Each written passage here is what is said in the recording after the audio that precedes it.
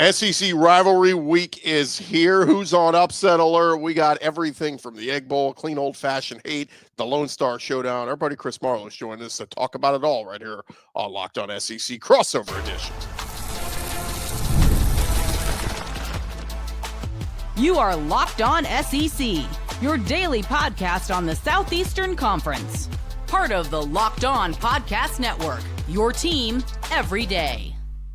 What's up, everybody? I'm Chris Gordy. Thanks for making Locked On SEC your first listen every day. Shout out to Everydayers, part of the Locked On Podcast Network, now the #1 sports podcast out there. Today's episode brought to you by Game Time. Download the Game Time app, create an account, use our code LOCKEDONCollege for $20 off your first purchase. Always love talking with our buddy Chris Marler, previewing the weekend that is to come. And Marler, this week's always fun, man, because we get into, you got Thanksgiving, we got NFL football all day on Thanksgiving. Then we get the SEC now triple header on Friday with the Egg Bowl, clean old-fashioned hate, Lone Star Showdown, and then Saturday, all the games there. How you doing, man? This is a fun week. Dude, I'm excited. It should be a lot of fun. The slate for Friday is almost as enticing and exciting as the slate for Saturday. It's just not as action-packed. So it's definitely a weekend where I'm so glad for YouTube TV and the quad box being back and all that good stuff. And it should be a lot of fun. Well, let's jump into it because there's a lot of implications on some of these games. Let's start with the first one on Friday. It is the Ole Miss Rebels, number 7 in the country, versus Mississippi State on ABC, 11 a.m. Central. And look, the game itself will be intriguing from a standpoint of if Jeff Lebby can get a win here, Mississippi State will go bowling for the first time in his short tenure there. So that would be big. But we know the implications on the other side with Lane Kiffin. Where is he going to coach next year? Yeah. All this. So give me your thoughts on this one. You know, it's an interesting game. I think Ole Miss is going to win. The 7.5 is an interesting number just because 7 and a hook. I mean, it's a game last year where Ole Miss had not everything to lose necessarily, but it's a team that was 2-9 coming in, and everyone thought Ole Miss was going to dog walk out of the stadium, and it was very, very close for multiple quarters there. I don't expect to see that this week. I think you're going to see a very focused group that's a one last hurrah. They're going to win this game. They're going to go 11-1. And on Saturday, you're going to hear that Lane Kiffin is gone to go to LSU and that they will figure out what they're going to do with him coaching in the postseason. The most interesting part of this game for me is the mismanagement of this whole thing because of feelings and stubbornness, not from Lane Kiffin, but from Ole Miss. And I get the frustration from them, but of all the people to try and strong arm and prove a point to, opening up with, hey, if you don't commit to this, we're not going to let you coach in the postseason. Like, and if you're Kiffin, you kind of look at them and say, well, good luck on never making it again because you've never been a great program without me since like the 60s. And I think that it'll be a very interesting, odd game. It's the first time I think that people around the country are really tuned into the Egg Bowl, like for no reasons about football. Like it is going to be no one's excited about when the clock ticks down from 15 to 14:59 at the kickoff. Everyone is going to be waiting for it to hit double zeros and get to the very last second so they can see what happens. Yeah, and that post-game presser is going to be weird too. How does he answer questions and all that kind of stuff after the game? On the Mississippi State front, Fluff Bothwell, Devon Booth, the run game for Mississippi State has not been as good as maybe we thought it was going to be. Blake Shapen has had some ups and downs throughout this season. But that said, if they could just find a way to look good and get that offense humming, who knows? We'll see what Mississippi State can do. Again, there's an outside chance. I mean, you want to talk about complete havoc. If they could win that game, my goodness, it would be insane for Mississippi State. And, of course, Marler, the postgame is going to be just very interesting to find out what happens with Lane Kiffin. And we're not going to get a decision after the game Friday. In fact, it sounds like we're going to have to wait till Saturday to get a decision. But you said it right there. You said you think he's going to LSU. What do you make of all the Florida people that are pretty confident that he's going to the Gators? Yeah, it's interesting because I feel like, being around the LSU program this year, it feels like a done deal, right? Now the interesting part of that is that every single person I have talked to from Florida, that people I trust, they have been from like last month. They've said he's coming to Florida. It's a done deal. Confidence level between 70 to 85%. That number has obviously dropped down to around 70% since the past couple of weeks. But after the initial surge of information or speculation, I guess is probably a better way to put it, for LSU the last weekend, it's dropped down again, or just gone back up, and they think that he is going to end up in Florida. So what I think what's happened here is he probably has a written out deal and understanding in place at each place, so he knows these are my options. I'm going to weigh them. The telling part to me is you don't wait a week to announce an extension if you are that's good. If you are if you're Ole Miss, like I don't think he holds his team hostage for a week if he's announcing that he's coming back. I don't think that the AD puts out that weird verbiage in that letter if he's coming back. The thing that Ross Elder said that made the most sense to me, Ole Miss has started like their vetting process of trying to find new coaches. Florida has actively started spending time with other coaches. They spent 5 hours in Atlanta last week, talking to Brent Key, and they've got several other people. They're starting to do their vetting process as well, figuring out backup plans. The only program that's been silent is LSU, and that makes me feel like LSU has probably got an idea of where they're going to go. And I think like the most important thing for Ole Miss is like, dude, they've got to start beginning this search at some point, and time is not really on their side.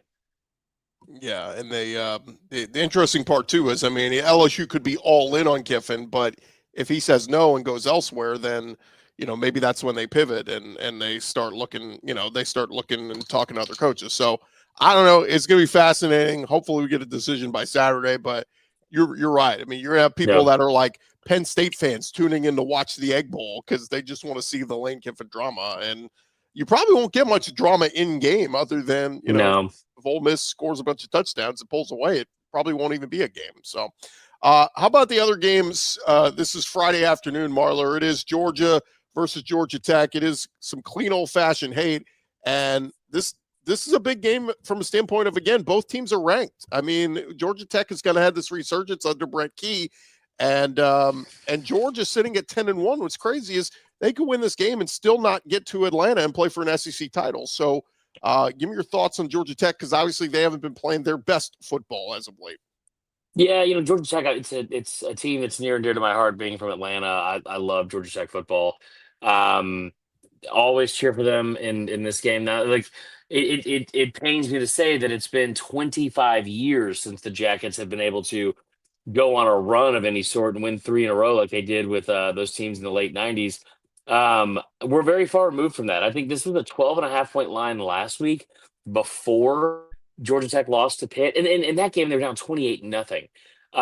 What's the shame in this game is the fact that it's not being played in Bobby Dodd Stadium, which is one of the best venues in all of college football. I'm not saying it's the rowdiest, the best home field advantage. It's just one of the best venues, one of the oldest venues, and it's nestled into the city. It's awesome. It's beautiful. It's great. Georgia is probably going to come out here, and I think they're starting to peak a little bit and play their best ball. I think that game against Charlotte last week was very much like an opening weekend type game where it's like, we're just not going to show you anything. We're going to run the football right at you. We're going to throw a bunch of screen passes. We're not going to show you any wrinkles and put anything else on tape. Buster Fogner's a great offensive coordinator, and he's got a great quarterback. I don't think that they have enough firepower or the defense to keep Georgia out of the end zone at least 5 times. I think Georgia's going to put up 30 to 40 points in this game, and I think they're going to win big.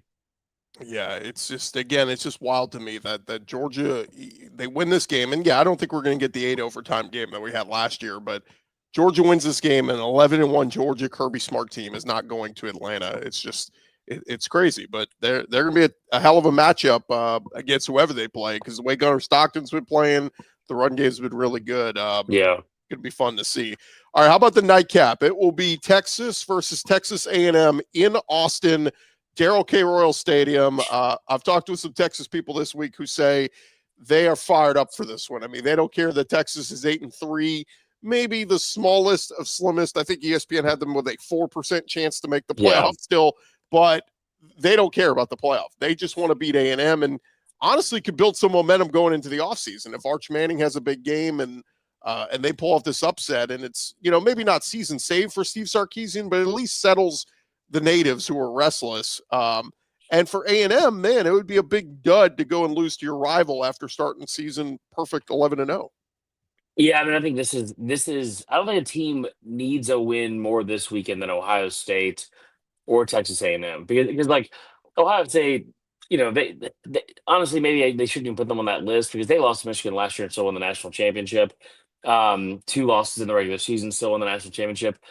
A&M, it just feels like they have done everything that they can to be in the spotlight in the state. You know what's crazy thing about Gordy is I saw this somebody posted this earlier this week. There's a chance that North Texas, Texas Tech, um, Texas A&M, and someone else are all going to make the college football playoff this year, and Texas won't. And SMU could because they could end up backdooring their way into the ACC. This rivalry, I mean, it's the Egg Bowl. I always feel like is the most hated rivalry between two teams. Those two fan bases hate each other. For that rivalry game, man, Texas and Texas A&M, they really, really don't like each other. I'll tell you what, I know a lot of Texas fans will brag about this, and a lot the same with Alabama fans and say, well, like they don't know who their main rival is, but Oklahoma definitely claims that it's the Texas their biggest rival, and so does Texas A&M. Everyone's their Super Bowl. It's not because of that; it's because your fan bases are total a-holes, and it's the biggest game for them because they hate your fans. So I think this game's gonna be interesting. I love what A&M's done. I don't. This game's on the road. I feel like Arch is playing his best football. I will be openly pulling for Texas A&M. I think Texas wins the game. Yeah, it's just going to be wild to see from a standpoint of if A&M wins, man, you're capping off, perfect regular season. You're going to Atlanta for the first time. Yeah, so much on the line. If you lose, it's heartbreaking because you lose to your rival and possibly an outside chance not going to Atlanta and playing for an SEC championship game, and that would be second year in a row that would happen, losing right. your rival and not going to Atlanta. So that would sting for A&M. All right, when we return here on Locked On SEC crossover edition, we will get into some of the other games happening this weekend around the SEC. Stay with us.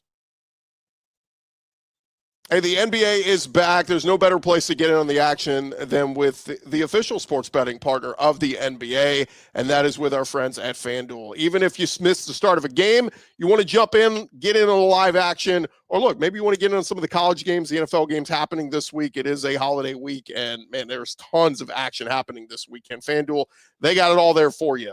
It keeps every game exciting, especially when your team is making that late push. And right now, FanDuel is giving new customers $300 in bonus bets when your first $5 bet wins. All you got to do is head to FanDuel.com, sign up, and play your game with FanDuel.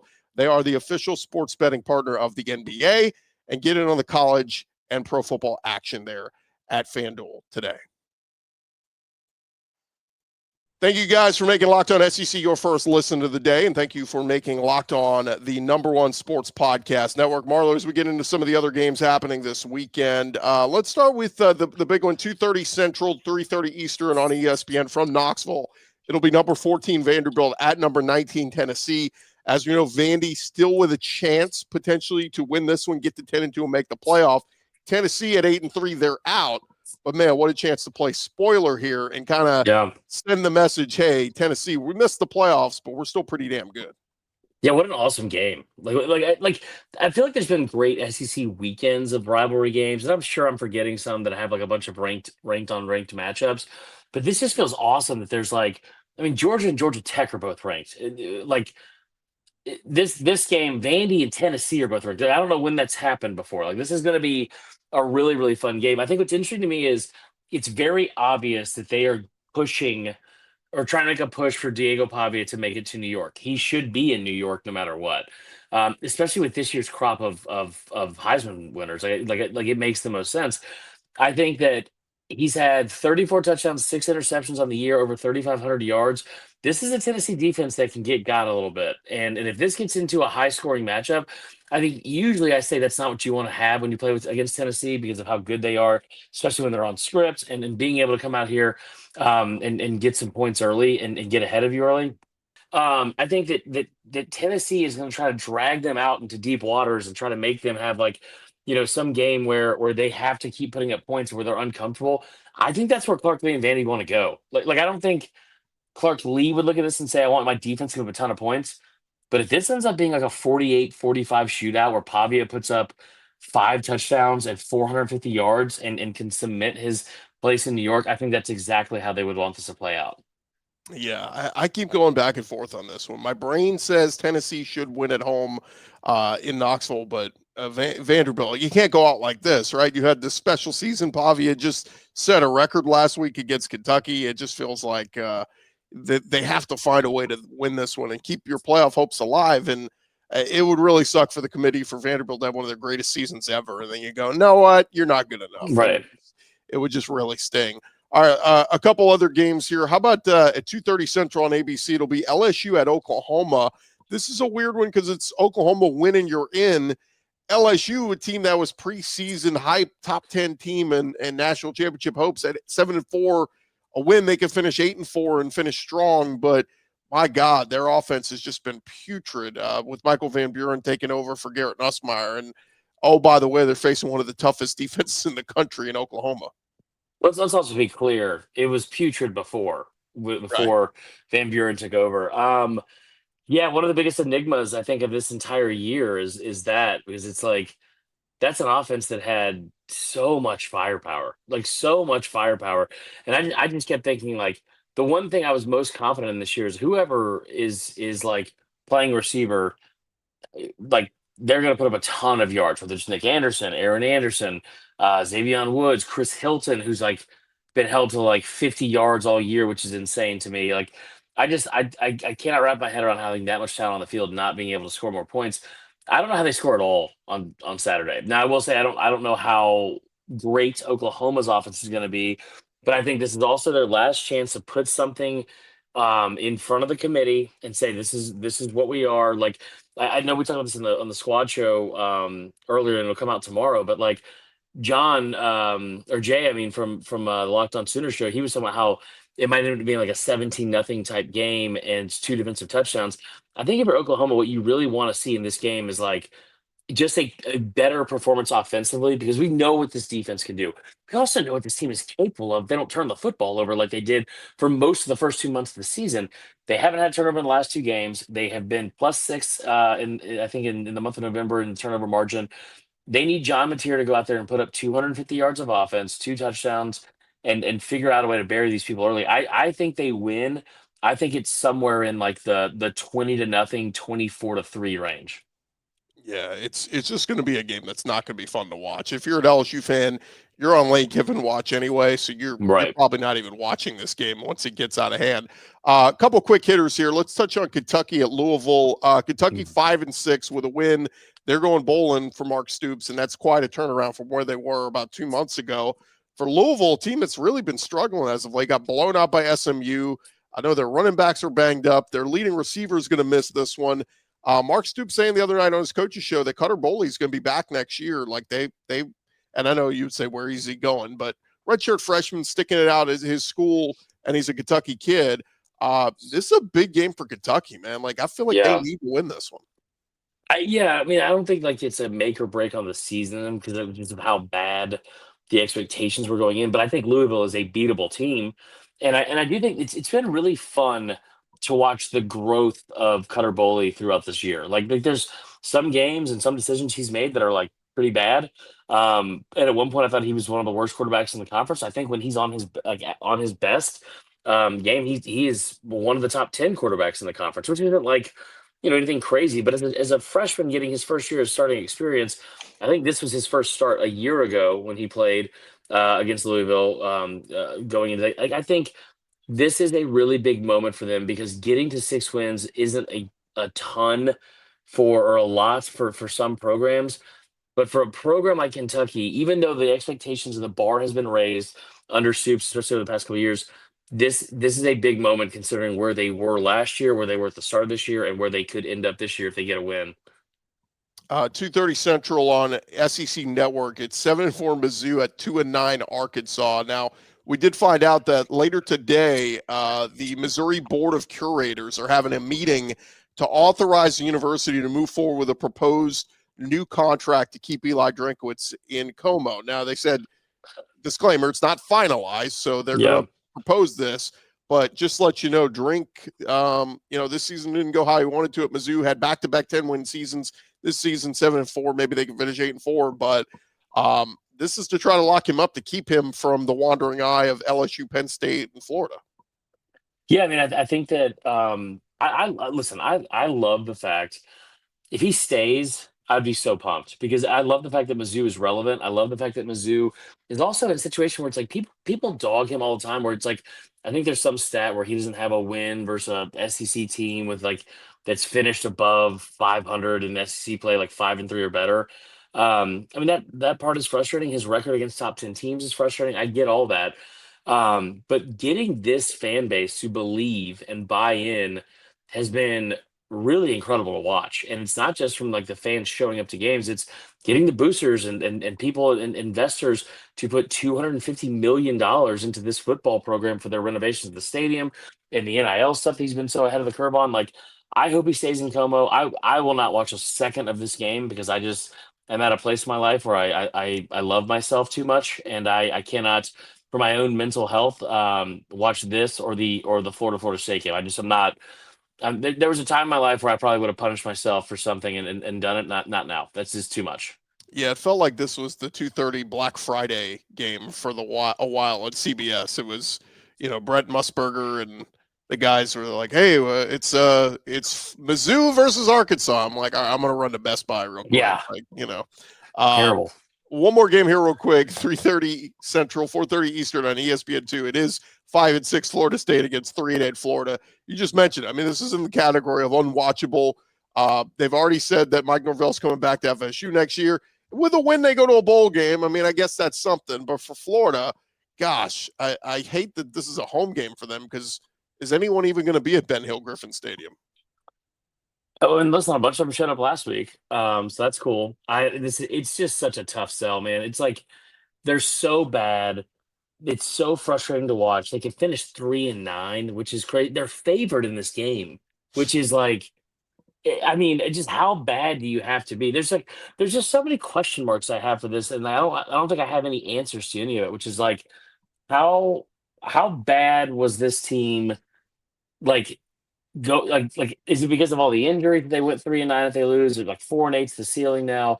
Does DJ Lagway stay? How the hell did Alabama lose to this Florida State team, especially if they go 5-7? Like there's so many questions and none of them are fun to answer. All right. When we return, we will get to two of the fun matchups. Rivalry week in the SEC. We'll get to that more with Chris Marler here in just a second.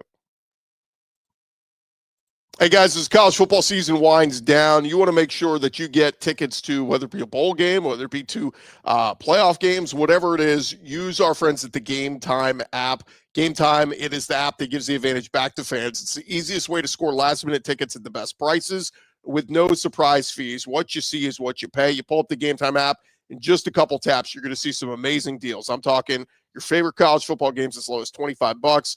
And the app makes it super simple. You can even see the exact view from your seat before you buy. And honestly, it's faster, cheaper, and less stressful than any other way you're going to buy tickets. Take the guesswork out of buying college football tickets with Game Time. Download the Game Time app, create an account, use our code LOCKEDONCollege, get $20 off your first purchase. Terms apply. Again, that's promo code LOCKEDONCollege. Get $20 off. Swipe, tap, ticket, go. Download the Game Time app today. Continue on with Chris Marler here as we do a crossover edition talking all things SEC. And Marler, we'll get to the Iron Bowl in just a second. But first, 11 a.m. Central on Saturday on the SEC Network. It is 6-5 Clemson at 4-7 South Carolina. And yes, this season has not gone the way Shane Beamer would have liked. But we did get some news on Tuesday evening that they are sticking with Shane Beamer. Athletic Director Jeremiah Donati saying publicly that Shane Beamer will indeed return next season. So I think that's good, getting the vote of confidence, win or lose. And be honest, what is 5-7 versus 4-8? Either way, you're not going bowling, so it's a disappointing season. But at least he's reassured. And look, a chance here to take advantage of a Clemson team that has massively underachieved themselves.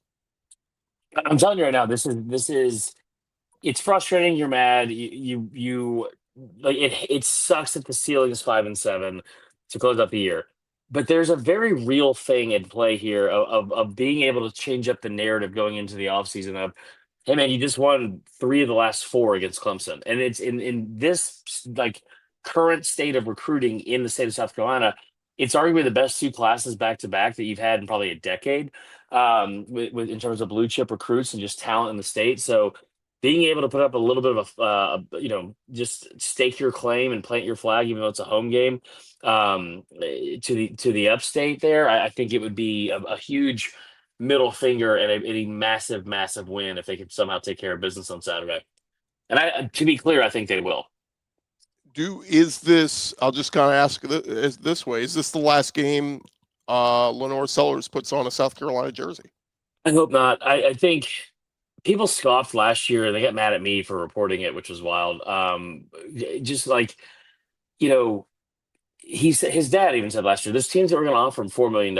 And in this day and age of football, it's like it might not be Ohio State doing it. It might not be Miami. Maybe it is, but like it's also like teams like Duke, Texas Tech, and things like that. Like I think it's very interesting whether or not he comes back, because if he comes back, it feels like a sigh of relief for him, because I don't think he's ready to go to the NFL. But if he comes back, then you have to sit there if you're a South Carolina fan, especially with how frustrated they've been with him all year. Now you have to hold your breath to see if he stays. So, and in this new window, Gordy, remember, it doesn't start until like January 2nd now. So it's like, it's going to be, you have to wait for a month, and the tampering is going to be at an all-time high. So I'm hoping he comes back and stays and plays for another year. And they figure out this offense, because I think if he can play closer to what he did last year, or even last week, or the first half of the A&M game, they can be really good. I did see Tuesday night too. Shane Beamer said he believes that Nick Harbor and Dylan Stewart will both be healthy and ready to go this weekend. And that's another one too. Is Dylan Stewart is what a true sophomore. Is he back in Columbia next year? So there's a lot of questions about the future, but I think that's the first step, is the AD coming out and saying Beamer's back next year no matter what. Now you start to talk to Sellers, all these guys that say, hey, make sure you stay in Columbia next year. Yeah, it'll be interesting, because those 3 would be huge if they all 3 return. Here's the thing too, real quick. I'll tell you, this roster this year was really good for South Carolina in terms of talent. The team performed horribly. A lot of that was coaching, in my opinion. But they got Darius Gray coming in. You got a recruiting class that I think ranks like 12th in the country in terms of average ranking per player. And they only have 15 recruits. I think they're going to spend some money in the portal. But if they can bring in Darius Gray, the 5-star, they will have 4 of their 10 total 5-stars in program history all on the team at the same time. And that's a really big deal going into next year. And I missed on the Razul Faison addition. I thought he was going to be an impact like Kewan Lacey or Ahmad Hardy, and it has not been that at all. All right, last game, Marler. It is 6:30 Central on ABC Saturday night from Jordan-Hare Stadium on the plains of Auburn. It is number 10 Alabama taking on 5-6 Auburn. Alabama win and you're in. You're going to Atlanta to play for an SEC championship. If you lose at 9-3, you might be out of the playoff altogether. So what's the vibe on this one? Everyone's very nervous about this game. People feel very concerned, I think. And I understand why, because there's been a lot of voodoo in Jordan-Hare. I think the biggest thing too, man, is that like Jordan-Hare, there's been a lot better Alabama teams that have gone to Jordan-Hare and almost lost or lost outright. And the line opens up at 5.5. It dropped to 4.5 almost immediately. I'm sure it'll move more before we get to the to kickoff on Saturday. I will maintain this. I've watched both these teams very closely this year. I've watched almost every game for each, just because of getting the job, or doing the job that we get to do, and living with a beautiful Auburn grad fiance that I love dearly, and is not making me say any of this stuff. But here's the thing. I'll lower my voice so she doesn't hear me. I don't think Auburn has a chance in this game. I get that they almost beat Georgia. They almost beat Oklahoma. They almost beat Vandy. You know what almost really means? You still didn't win. Like, there's 6 losses. I love that picture, Gordy. There's 6 losses that this team has had this year. and all 6 of the losses are to teams that I think are worse than Alabama when they're at their best. So the thing that concerns me, I think, if you're a Bama fan for this game is, okay, you've started the month, going into the month of November, you were the best team in the SEC in terms of not turning the football over and also forcing turnovers. Your turnover margin was by far the best in the conference. And I think they only had like 3 turnovers for the first 6 games or so. Now you look at the month of November, Ty Simpson has had at least 1 turnover in each of his last 4 games. He's had multiple in each of his last 2. It's not trending in that direction. And all of a sudden you look at Auburn, and Auburn is number 1 in the conference in turnover margin at plus 11. So that's something I think Auburn has a really good chance at being able to expose if it starts to happen, and Bama doesn't take care of the football. But if they come out and play a clean game, I've watched Auburn over and over and over again not be able to compete with most teams in this conference. And it's great that Ashton Daniels is in. It's great that DJ Durkin's got the defense playing hard, but they're 76 in the country on third down conversions. They're not very good on offense. And you're looking at Alabama defense that ranks first in the SEC in yards allowed and in passing defense, giving up like 145 passing yards a game. So I'm in the minority on this one. I haven't heard anyone else that agrees with me at all, especially in my own house. But I will tell you right now, I think Bama wins by 14 points. Do we see baby Cam Newton at all? Does he play in this one? Dude, how great was he against Mercer? That was awesome. That was awesome. I think they're gonna have some wrinkles for him. It's odd because it's like you don't want to do too much because it is a freshman in the biggest game. But I think the way that you look at this is kind of twofold here.